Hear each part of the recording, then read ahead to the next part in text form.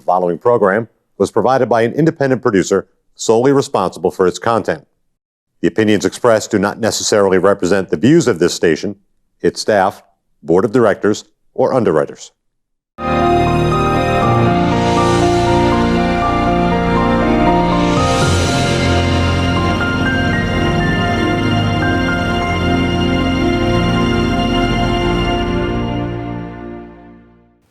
Hello, and help me welcome Laurie Ortolano, an activist from Nashua. Laurie, welcome to People's View. Thank you for having me. Tell us a little bit about your involvement with the Board of Assessment. Well, I started almost a year ago to the day. It was the end of August that new reevaluation numbers came out. And my husband and I started looking at the data, saw a lot of inconsistencies just in our neighborhood. We weren't overly happy with the assessment we had, felt when we moved in that it was too high, 4 years earlier. Didn't really have a way or figure out how to deal with that and speaking with the office. And then once we got all the data released by KRT, when they did the reevaluation, we could see a lot of the discrepancies in the neighborhoods regarding this assessment model. And it sort of blossomed from there. The administration had dug in pretty firm that this model and these values were spot on. The model met the statistical deviations and the requirements of the state, and everything was perfect. But if you've ever done modeling or understand modeling, it's a predictive tool. And models behave well some of the time, but not all of the time. And it's only good, the model is only as good as the data you're inputting. And so if you let your data quality fall, which I believe was happening in the assessing office with how we were maintaining our records, then the integrity of the model becomes questionable. So it's it was something where they're not doing the record keeping properly, or the processes of assessing was off too, or varied too much? Varied a lot. There were, the administration pushed forward after a few months, 3 months of public complaint. They conducted a management audit, and they concluded by March that they were removing the chief of assessing. The scary part was they were eliminating the management position. That was tough. I supported the change in the position, but not the elimination of the position.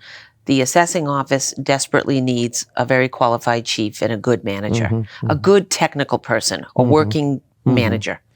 So, and what happened is it fell into disarray over the last, I would say, 5 years, where they didn't have a lot of procedure or policy. The ones they had were not being followed. The data records weren't being uniformly upgraded. The capturing of sales data was being missed randomly. The valuation of permits was questionable and in some instances not captured at all. And all of these factors lead to disproportionate assessments. And so KRT comes in and they assume that the city has captured all permits, has adjusted all properties that have sold in between a reevaluation cycle, that they've maintained the records appropriately and all the data is uniform. And that just wasn't the case. And so when they scoop up that information and they start building a model off of it, it's a problem. Plus, we just found out in the last week, actually going up to the hearing and rereading the contract, KRT was supposed to validate all the sales data used for the model. They didn't do that part. They were told by the city, and we don't know who, that they didn't have to. It was done. The problem is it was a written part of the contract, and no one ever amended the contract or signed off on it to take those terms out.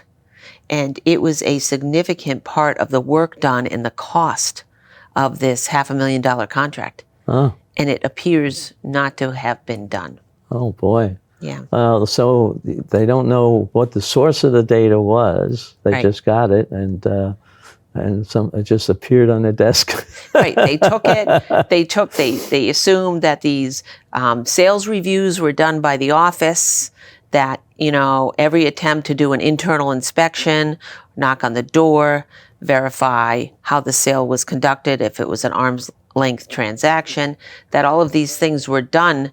But in fact, it appears that they really were not done. And so, and when I went up to the hearing with the Board of Tax and Land Appeal, the state picked up on that. The Department of Revenue started looking at some of these records and picked up on the fact that the qualifications of the sales data was not really done. So, I mean, they could have taken Friday's newspaper and wrote those numbers down? Is that what it is? Well, it's not quite that simple, but when they see a sale in Friday's newspaper, what they're supposed to do is they have MLS pictures they can use. Some instances they don't, and they don't have the complete house. When you're building a model that you're going to use to mass appraise a whole city, you want to take every opportunity to verify that data. And first and foremost, you'd like to get to the home, knock on the door, and ask if you could look and see the house. Now, they can deny entry, but a lot of times on a first-time sales home that's already been adjusted, they'll let entry. We welcomed entry when we first came in, and we questioned our value. We called the assessor and said, come over. We want you to look at the house. So there doesn't appear to have been a lot of effort to do that. And so it just calls to question how the model was constructed. Well, there were a lot of people that looked for abatements on that. Was it unusual? It was a high number. It was close to 400, which was a higher number. I don't know if you can really say how it falls out in other years, but it was a reevaluation year, and this reevaluation was different from the last two because the last two done in 2009 and 2013 were reductions to property values because of the recession. So you haven't seen this reevaluation with a big adjustment up in a long time in Nashua. So personally, I feel the number of abatements that came in was neither low nor high. It was what it was, and because it was a big adjustment year on the upside. So people would definitely be more likely to contest it. Sure. And that's what happened. Were there people that got denied that didn't think they should be denied? I mean, it was a big number. Yes, there were. One of the confusing parts of that process was the city could not handle all the abatements. So they contracted 50 of the residential abatements back out to KRT that did the reassessment. Those ended up, in my opinion, being handled very poorly.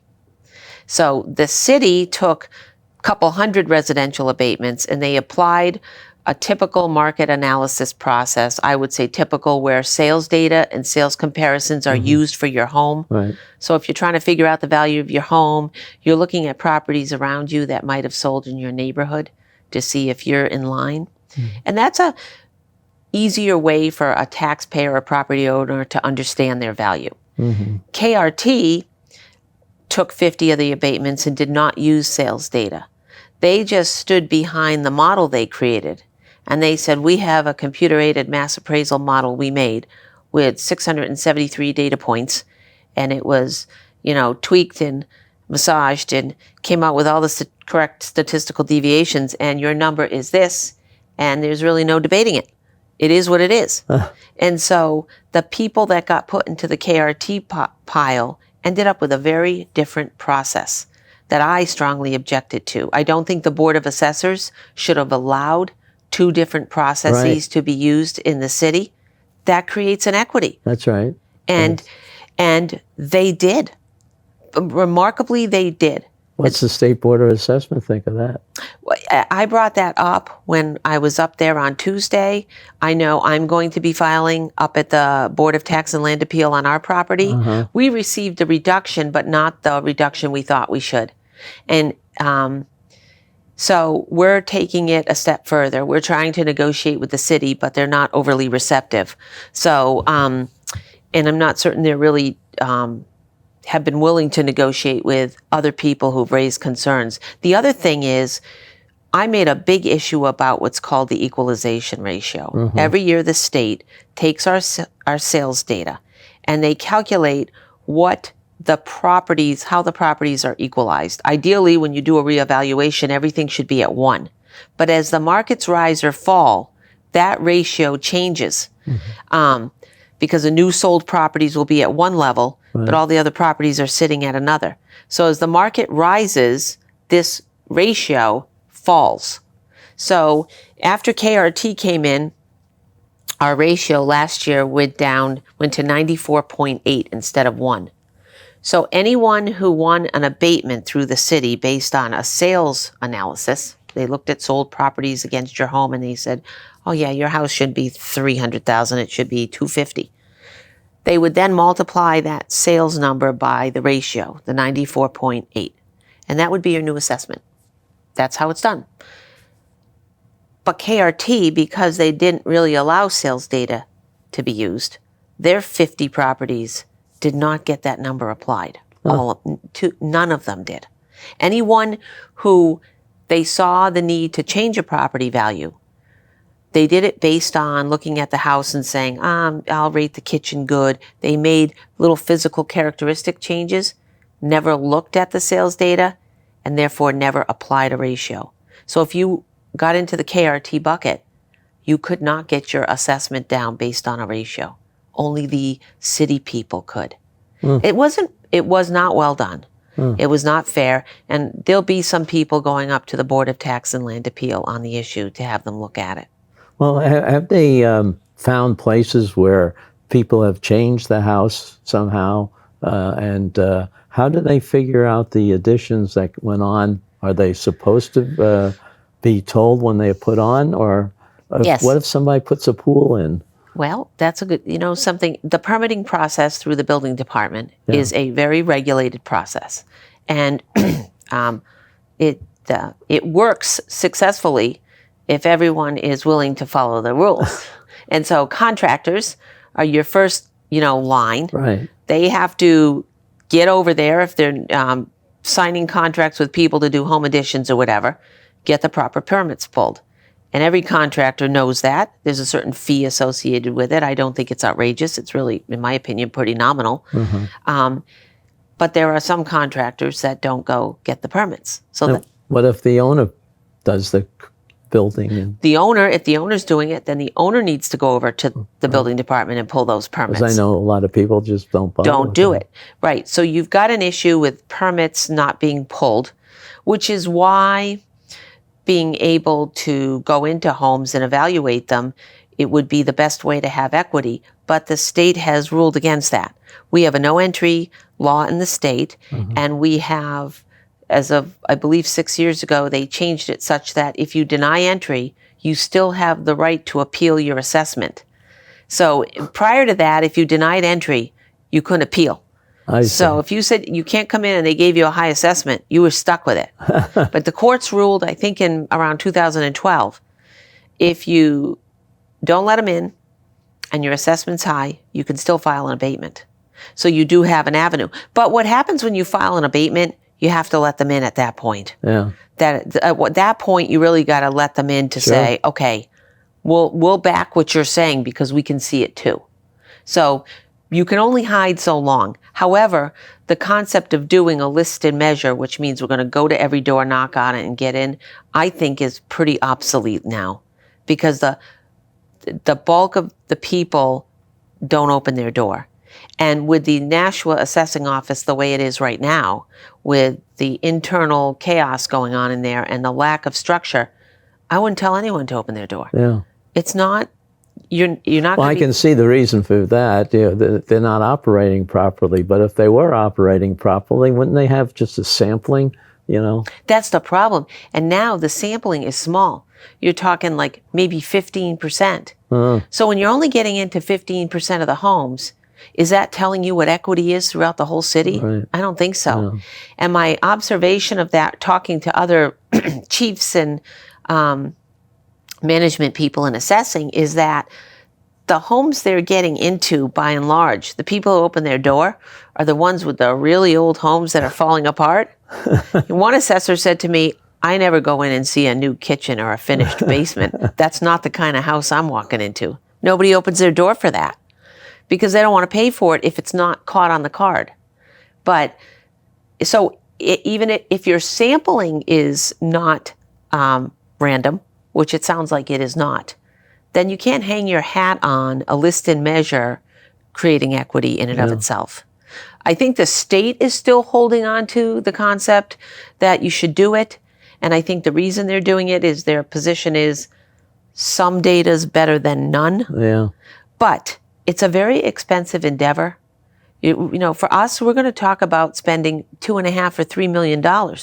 The bond that they brought forward to the board on Tuesday was for $1.3 million. It was way too low. When they go out for proposals, that's not even going to be close. And if they want to run a real campaign to get people to open their doors and go back over and over again, which I don't think they're going to be successful at, and spend the money doing that, you're gonna spend $2.5 million. Gee, the mayor can't use that $5 million extra that he found. No, that's right. And so, you know, I look at that and I really feel like the list and measure technique is obsolete now because the state laws have made it so. Yeah. What I'd like to see happen, when you abate right now, any person who wants to abate their value, the city makes them use sales properties. You look around at what's sold within the last year of the year you're abating, and you see what those sales prices are relative to yours. I would like to see the state allow and the Department of Revenue allow property owners to use neighborhood values, not just sales values, but the neighborhood you're in, especially on a reevaluation year. Yeah. If you're reevaluating and you're telling everyone is equalized, the ratio is 1, your whole street's been equalized. I mean, everyone is spot on. The model's perfect, right? It's good. Then I want to be able to look at my neighbor's house that's just like mine and say, I should be at their assessment. I'm 150,000 higher. I want to be at that one. And they'll say, no, that didn't sell in the last year. So you can't use it. And to me, they have to change some of that. Now, it's really interesting because I talked to some chiefs when I was up at the hearing, and I explained how difficult it is to deal with this abating process when you can only use sales data, especially if you're in an old neighborhood with unique properties. And that chief was stunned. He said to me, what do you mean you can only use sales data? He said, of course you can use neighborhood data. You should look at your neighborhood. If your neighbors are 100,000 less than you, the city should be fixing that. Yeah. He was shocked that this city does not correct on that kind of missed data. And they don't here in Nashua. It's easy to go through the numbers. You cannot argue in this city. I've tried it. I helped people with abatements where I showed houses that weren't sold but were beautifully done, comparable properties, really great comparisons that the assessments are off by 100 to 125,000. Wow. And the person who's sitting at the high end of the pile, they will not take down. They will not adjust them. So it's frustrating. It was, I had an experience back in 2003. The house I moved into, I found out, I thought it was a little high when I looked at it compared to the neighbors. They said, well, you have a finished basement. Well, part of it's finished. They didn't have the right dimensions, and I just filed a piece of paper with the dimensions, and they corrected it. Yes. When it's really simple like that, usually you can do okay. If you can find an error that's a flaw in the dimensions or the finish of a space, that's usually very correctable. But if you're trying to look They didn't even come out to look or anything. They didn't, huh? No, they should have. But actually, by policy, I'll tell you, Carl, they should have been there. So I don't live in that house anymore. They should have come and taken a look. But that's sort of the rules. Well, but that's the issue. So you're saying basically they really got to go strip down the thing, start over again, and write it the right way. They really have to get everyone on the same page in the office. You have assessors right now, even the same assessor will go and look at sales data, see a house that's lovely, see bathrooms that are beautifully tiled and multi-fixture, and you'll look on the property card and they rated it average. Okay, they'll say that's an average bathroom. They'll go to another property that has a bathroom very similar, and on the property card it says excellent. And I've brought this to the administration, and I've said, what's the difference? Yeah. What's your criteria? I really raised a stink about that last November, and at that point the chief was still there, and he said to me that he was willing to generate a policy, write something, to help create a standard when they look at fixturing in a house. You know, if a kitchen has a granite or a marble countertop or a unique feature, we're going to value it. You know, it has value. I am still waiting for that policy. It'll be a year in November. They don't like to write policy. They don't, and they struggle with it. They don't do it publicly.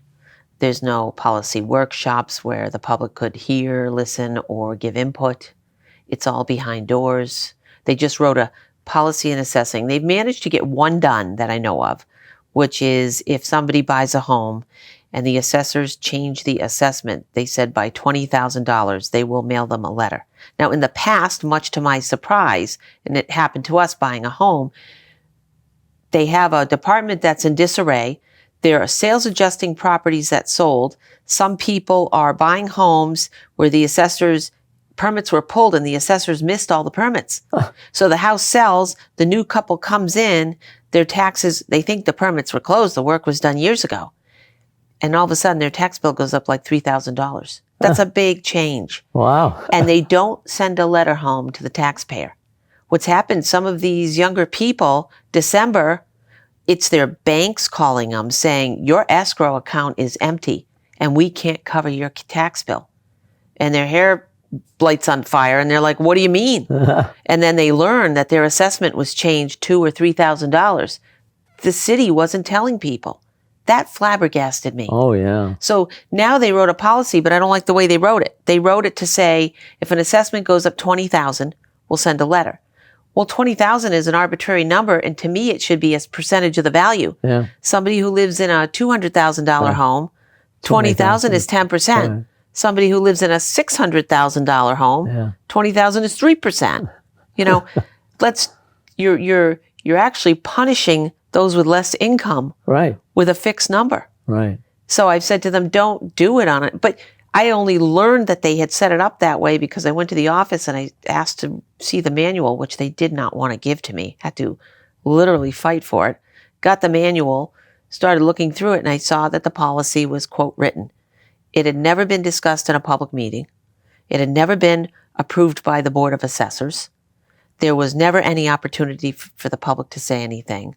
All that.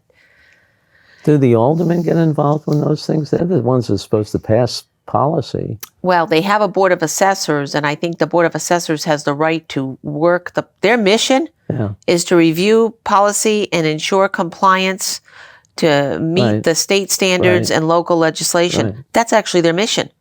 So if that's their mission statement, why aren't they looking at policy? Yeah. the very thing they're doing, they're not looking at. So the whole governmental process is questionable. They're not working as a body that is serving the taxpayer or the people. They're working too hard to service an administration. Well, you know, it's almost like these are my friends. We'll just do it the way we think it should be done, and usually that's just the easiest way. Yes. And that doesn't cause more work. It doesn't have you go check something or They whatever. don't want more work, that's for sure. Yeah.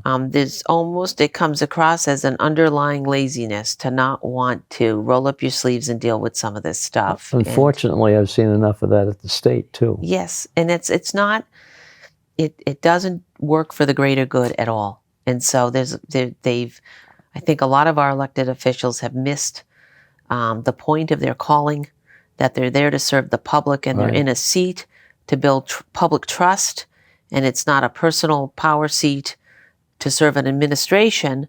They need to serve the community, and they've lost touch with that. Yeah, I think so. And I think the other point you made about it really winds up hurting the people who can't afford it. Oh, and this issue for assessing all the young people coming in that are debt burdened group of people right now in this country. Senior citizens, it hurts. The entry level real estate market right now is so hoppin' hot that it's seeing the highest jump in values. So for people buying first time homes, they're being affected greatly.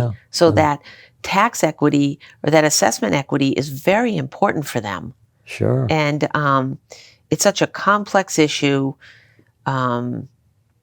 I feel badly that it's so complex because the burden of proof for your assessment is on the homeowner, and getting access to the information to defend yourself and understanding the process is really difficult.